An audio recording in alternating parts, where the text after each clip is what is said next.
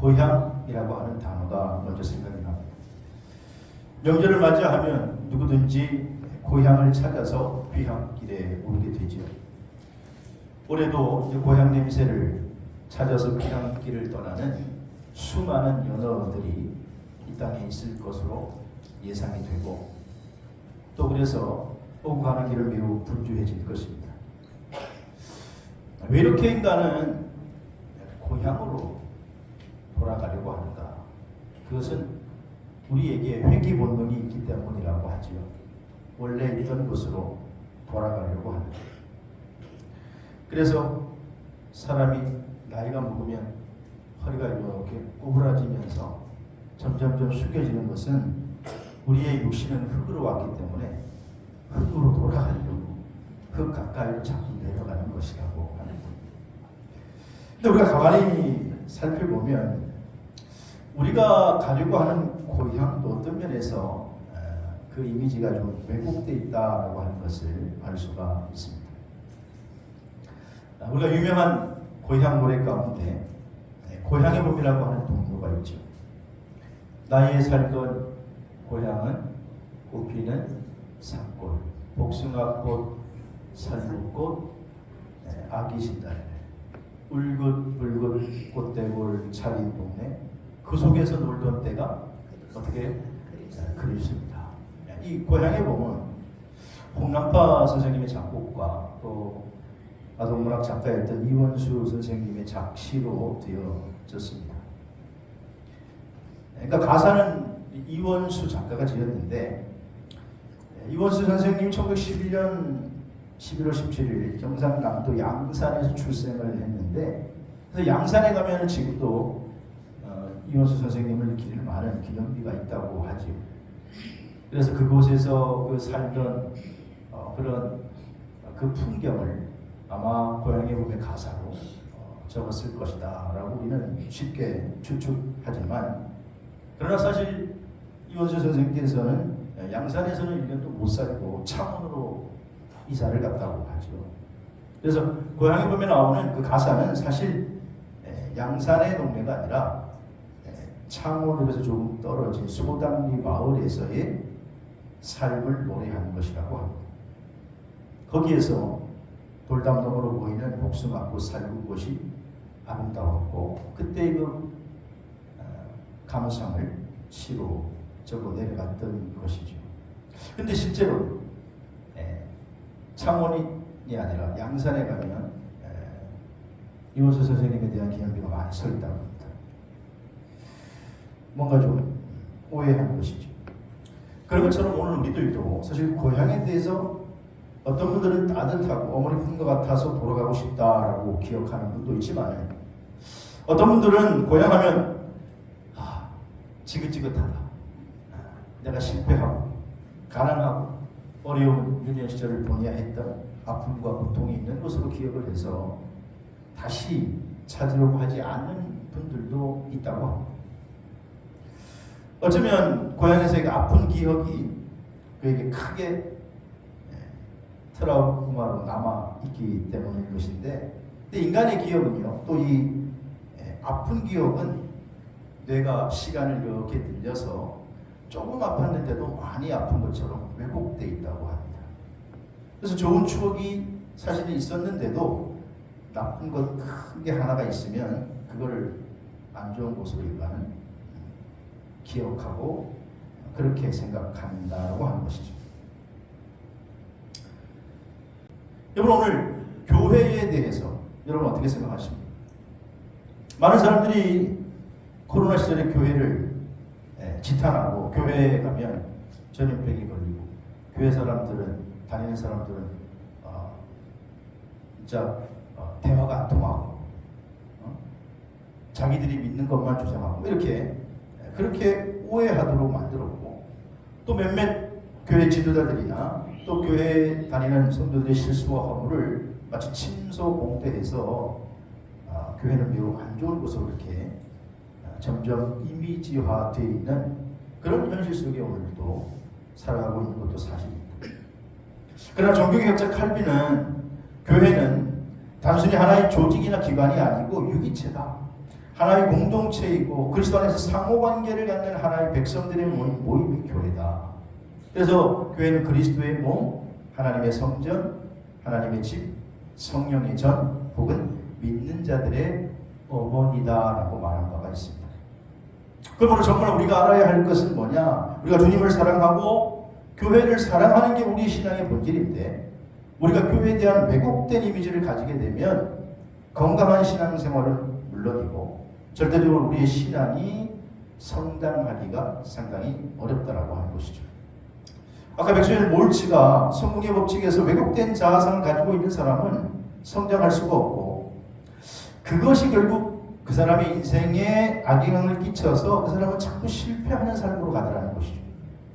그래서 왜곡된 이미지를 회복해야 성공할 수 있다, 그렇게 그쪽에서 말하고 있는데, 오늘 우리들도 교회에 대한 이미지는 물론이고 또 우리의 신앙에 대한 왜곡된 것들을 바로잡고 우리의 신앙이 올곧게 섰을 때에 우리의 신앙이 날마다 성장하고 발전하고 부흥하고 하나님의 축복을 경험하는 그런 복된 성도들의 삶이 될 줄로 믿습니다.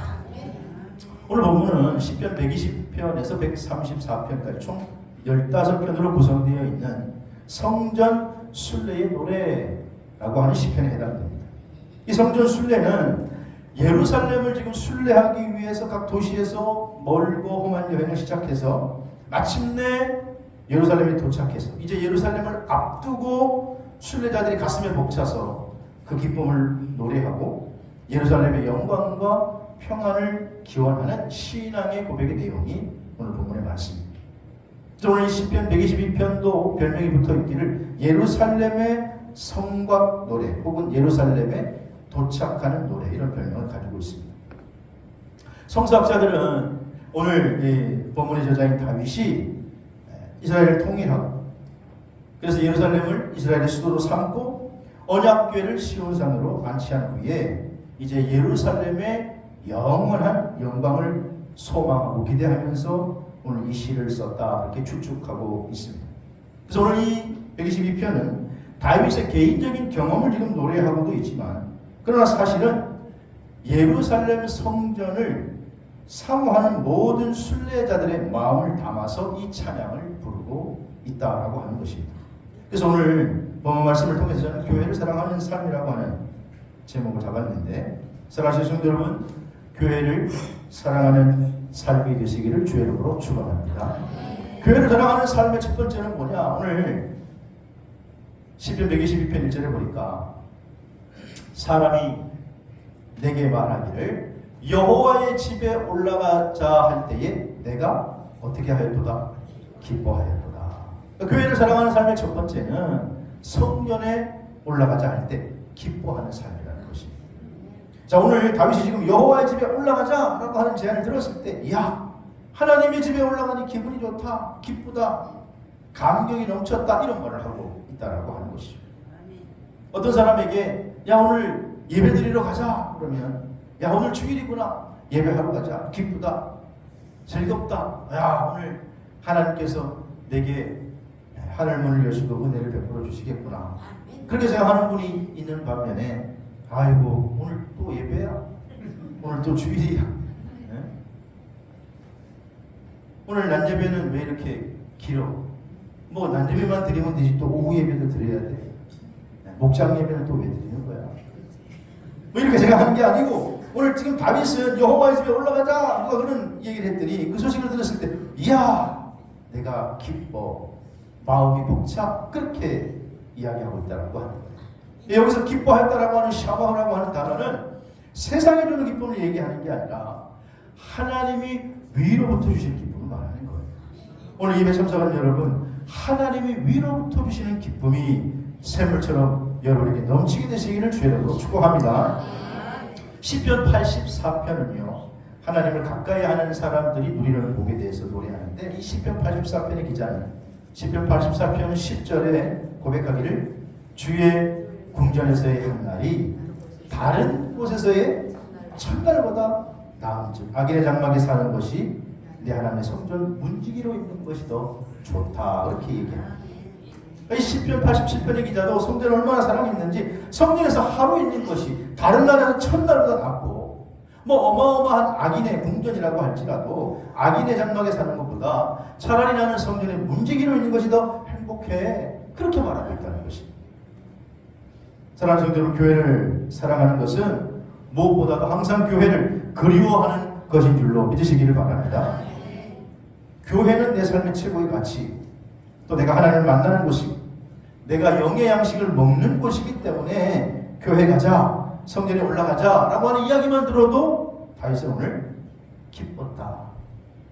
여러분, 이런 감정은요, 지금 단순히 어떤 일순간에 생기는 게 아니죠. 평소에 다윗은 주의 전을 늘 사모하고 늘 가고 싶어 했고, 그런 마음이 오늘 이 122편의 고백으로 드러나게 된 것입니다. 여러분, 사람은요, 사실은 뭘 사모하느냐에 따라서 마음이 그리가게 되어 있는 거예요. 발걸음이 그리가게 되어 있는 거예요. 제가 테니스를 막 열심히 칠 때 아침에는요, 새벽기도 끝나고 나가서 이렇게 비가 오려고 막 구름이 흐리고 그러면 낭망이 되고 절망이 되고, 또 비가 오는 거야. 그런데 날씨가 맑으면 그냥 저절로 발걸음이 가볍고 벌써 발걸음이 저쪽 테니스장으로 가게 되는 거예요. 여러분, 사람은 나도 모르게 어디로 발걸음을 그쪽으로 가고 있다고 하면 거기에 내 마음이 있는 거예요.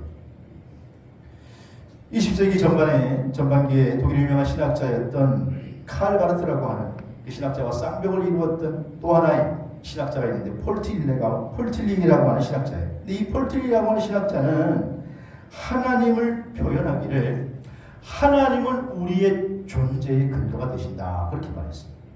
그러니까 이 말은 하나님은 존재 자체이신 분인데 하나님은 유일한 존재이신 분이다라고 말하는 건데, 그래서 심리학자들은요, 우리 인간의 마음에 내재된 마음이 있는데, 내재된 그리움이 있는데 그게 뭐냐? 우리가 하나님에 대한 그리움이 있다. 근데 보통 우리 심리학자들은 그것을 아버지에 대한 굶주림이 있다, 그렇게 표현해요. 그래서 영어로는 Father Hunger라고 표현합니다. 인간의 내면을 뒤지고 보면 인간의 마음속에는 뭔가 깊숙한 그리움을 가지고 살아가는데 그게 바로 아버지에 대한 그리움. 우리를 지으신, 우리를 창조하신 하나님 아버지에 대한 그리움을 인간은 가지고 있다는 거예요. 그래서 인간은 자꾸 뭔가 마음속으로 갈망하고 찾게 돼 있더라는 거예요. 우리가 명절이 되면 자기도 모르게 고향을 갈망하고 그리워하는 것처럼 인간의 마음속은 늘 우리를 지으신 존재에 대해서 그리워하는 마음이 있더라는 거예요. 그리고 우리가 원래 있던 곳, 천국에 대한 갈망하는 마음이 있더라는 거예요. 그러니까 오늘 우리가 이 땅을 살아가는 가운데에도 나그네 인생길을 살아가지만 여러분 마음속에 천국의 소망을 품고 사시기를 주의 이름으로 축원합니다. 그래서 천국의 소망을 우리는 품고 살아갈 수밖에 없고, 그래서 늘 아버지의 품을 그리워하고 또 교회를 그리워하게 되었다는 거예요. 그래서 연세 드신 분들은 점점 연세가 드시면 자기가 있던 곳을, 자기가 태어나고 자란 곳을 한번 가보려고 하는, 왜냐하면 내 안에 그런 갈망하는 마음, 고향에 대한 갈망하는 마음이 있기 때문에, 또 하나님에 대한, 나를 지으신 분에 대한 갈망하는 마음이 있기 때문에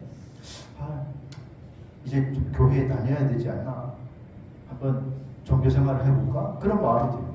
또 우리가 명절 때도 우리가 조상을 찾아가서 성묘를 하는 이유는 내 존재에 대한 그런 갈망이 있기 때문에 그렇게 우리가 찾아가게 되는 것이죠. 여러분, 오늘 무엇보다도 성전을 사모하는, 갈망하는 마음이 있게 되기를 주의 이름으로 축원합니다. 그래서 오늘 다윗은 성전에 올라가자라고 하는 얘기를 들었을 때에 자기 마음속에 기뻐하였도다, 그렇게 말하고 있습니다. 두 번째로 오늘 교회를 사랑하는 삶의 두 번째는요, 여호와의 이름에 우리는 감사하는 삶을 살아야 한다. 오늘 본문 4절에 보니까 여호와의 이름에 감사하려고 이스라엘의 전례대로 그리로 올라가는도다, 그렇게 말하고 있습니다. 여기 지금 이스라엘의 전례대로 올라간다라고 했는데, 이스라엘의 전례는 뭘 말하냐? 이스라엘이 전통적으로 지키는 절기를 말합니다. 이스라엘의 민족의 절기. 우리는 민족 고유의 명절 추석을 지키지만 이스라엘은 이스라엘의 절기는 뭐예요? 무교절, 77절, 초막절 그런 절기를 맞이했을 때 이스라엘 백성들은 어디로 올라가느냐? 예루살렘 성전으로 올라간다는 거예요. 여러분 그 예루살렘 성전이 오늘 우리 식으로 얘기하면 교회인 줄로 믿습니다. 그러니까 성전에 올라가는 이유가 뭐냐? 성전에 올라가는 목적에는 뭐하러 올라가느냐? 오늘 다윗은 여호와의 이름에 뭐하려고? 감사하려고 이스라엘의 전례대로 성전에 올라간다. 여러분 오늘 우리가 교회 나오는 이유가 뭡니까?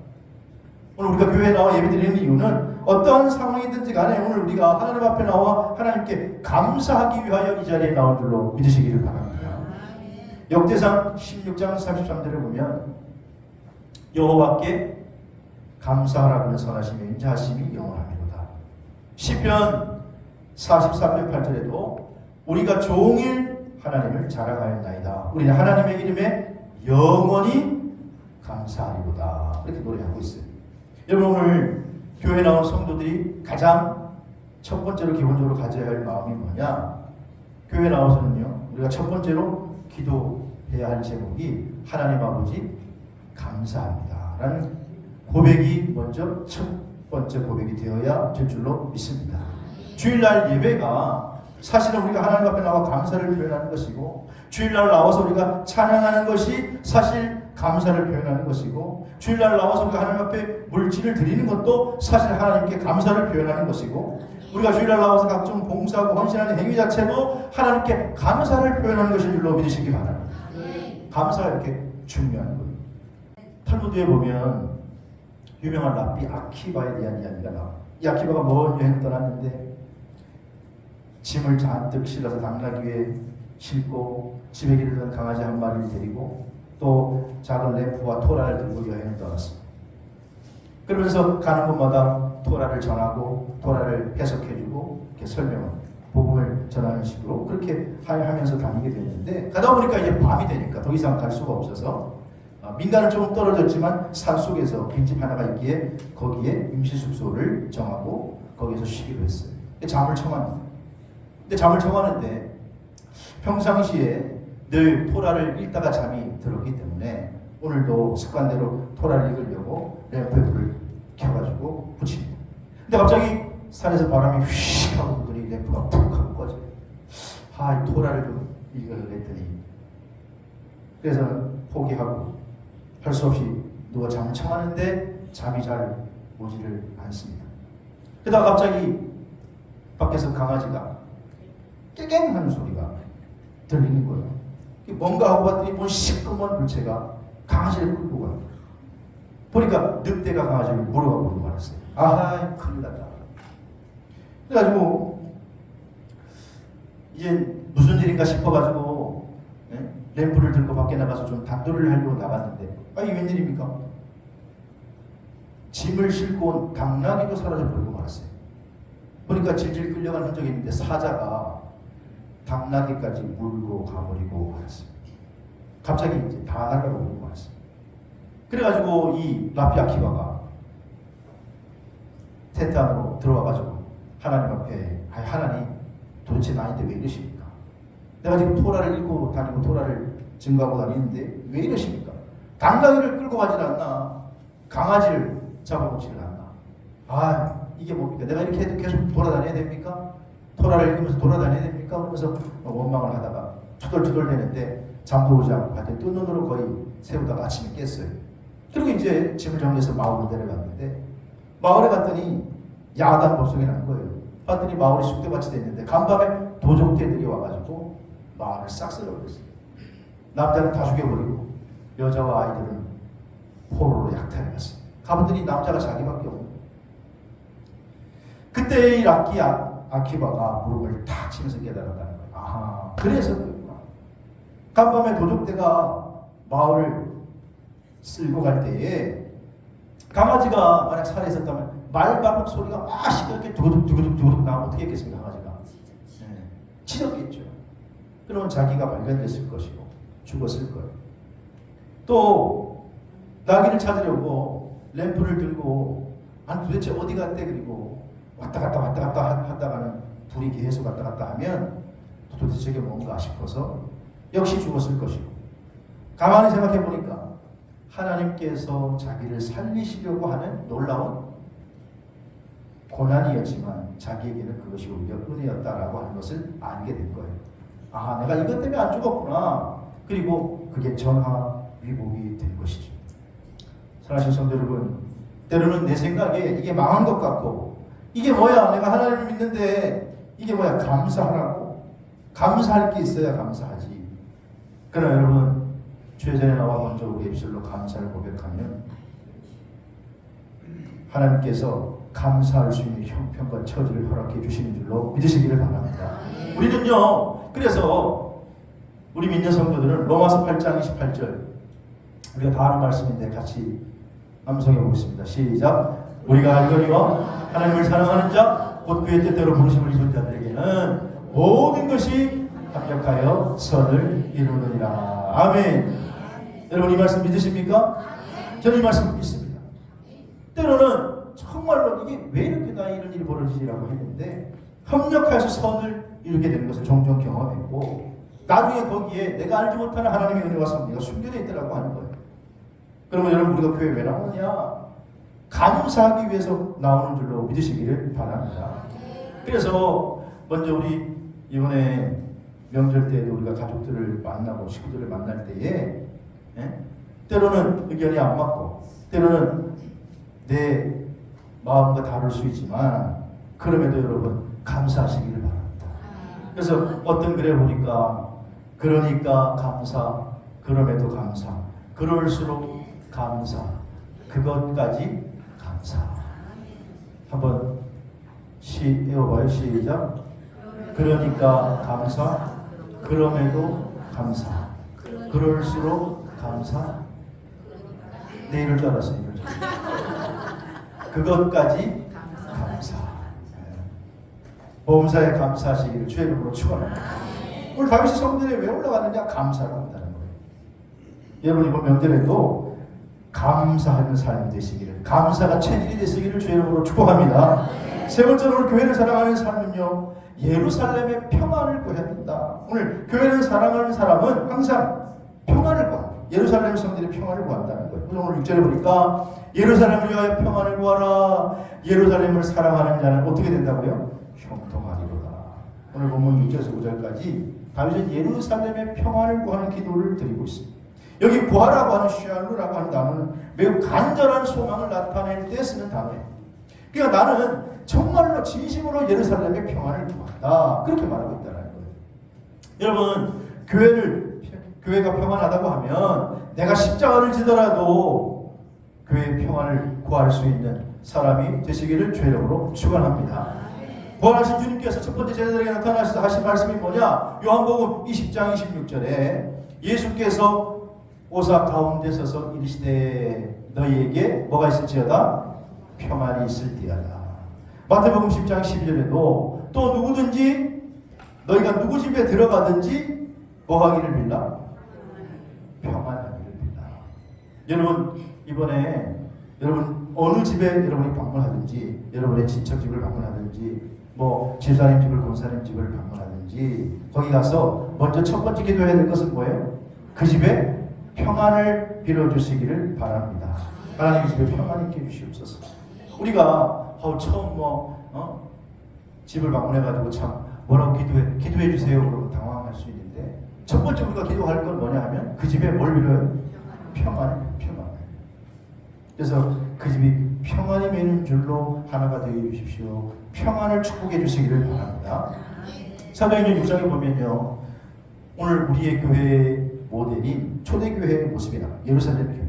근데 예루살렘 교회는 사도들이 다스리는 교회였어요.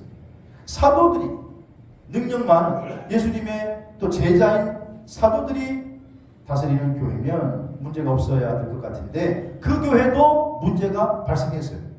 무슨 문제가 발생했냐? 구제하다 보니까 문제가 발생했어요. 그래서 예루살렘 교회는 크게 두 파가 있는데, 하나는 히브리파, 하나는 헬라파. 우리 식으로 얘기하면 원래 예루살렘에 살던 본토파, 하나는 이제 외국에 돌아다니다가 다시 고향으로 돌아온 객지파.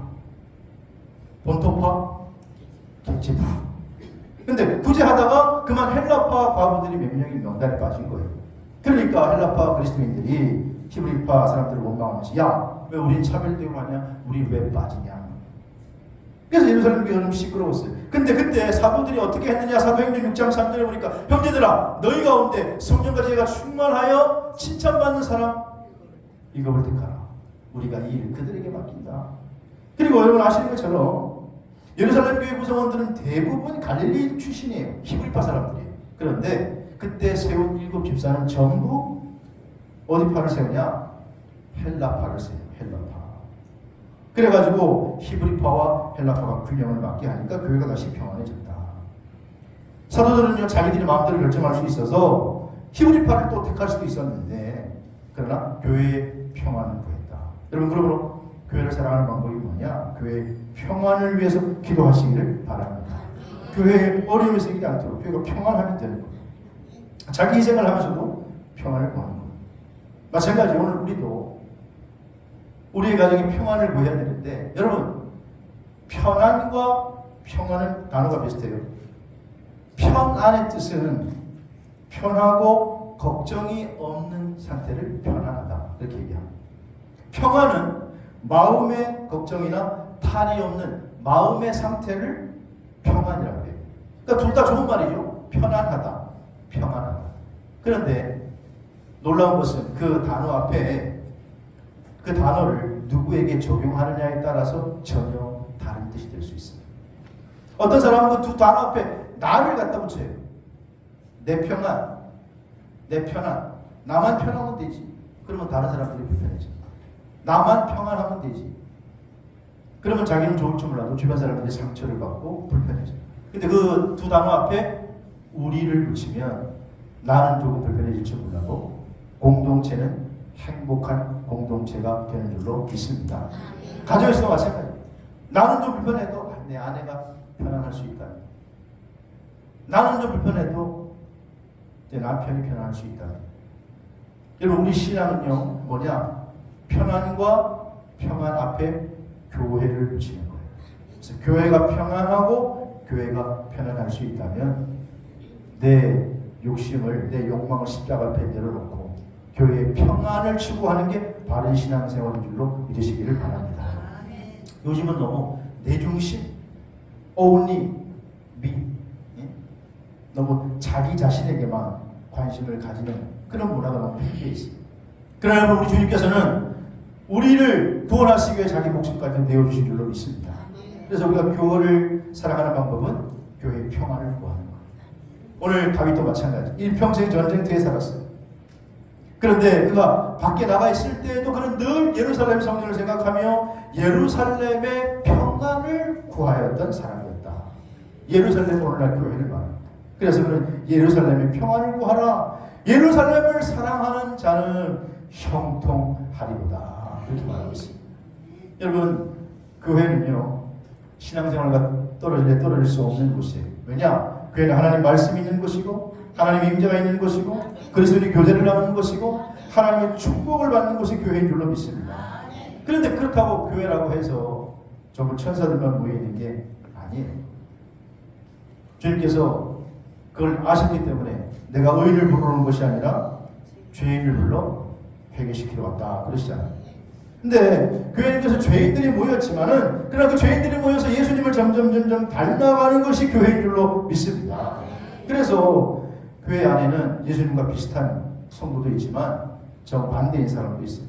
근데 자꾸 우리가 시선을 사람에게 가져가면 상처만 받지 시험만 당하지 우리의 신앙이 성장하지 않아요. 여러분, 사람은 사랑의 대상이지 믿음의 대상이 아니에요. 그 목사도 마찬가지고 장로님들도 마찬가지고. 사랑하는 성도 여러분, 우리 신앙은 평안 앞에 교회를 붙이고 교회의 평안을 구하는 신앙생활이 되어야 될 줄로 믿습니다. 말씀을 정리하면 우리가 일평생 사랑하면서 교회를 사랑하시기를 바랍니다. 교회를 사랑하는 삶은 교회를 사모하는 것이고 교회 나와서 하나님께 감사하는 것이고 교회의 평안을 구하는, 평안을 비는 것입니다. 이번 명절에도 여러분 가정의 평안이 흘러 넘치기를 바라고 무엇보다도 그 평안을 여러분들이 나누어주는 복된 축복의 주인공이 되시기를 주의 이름으로 축원합니다.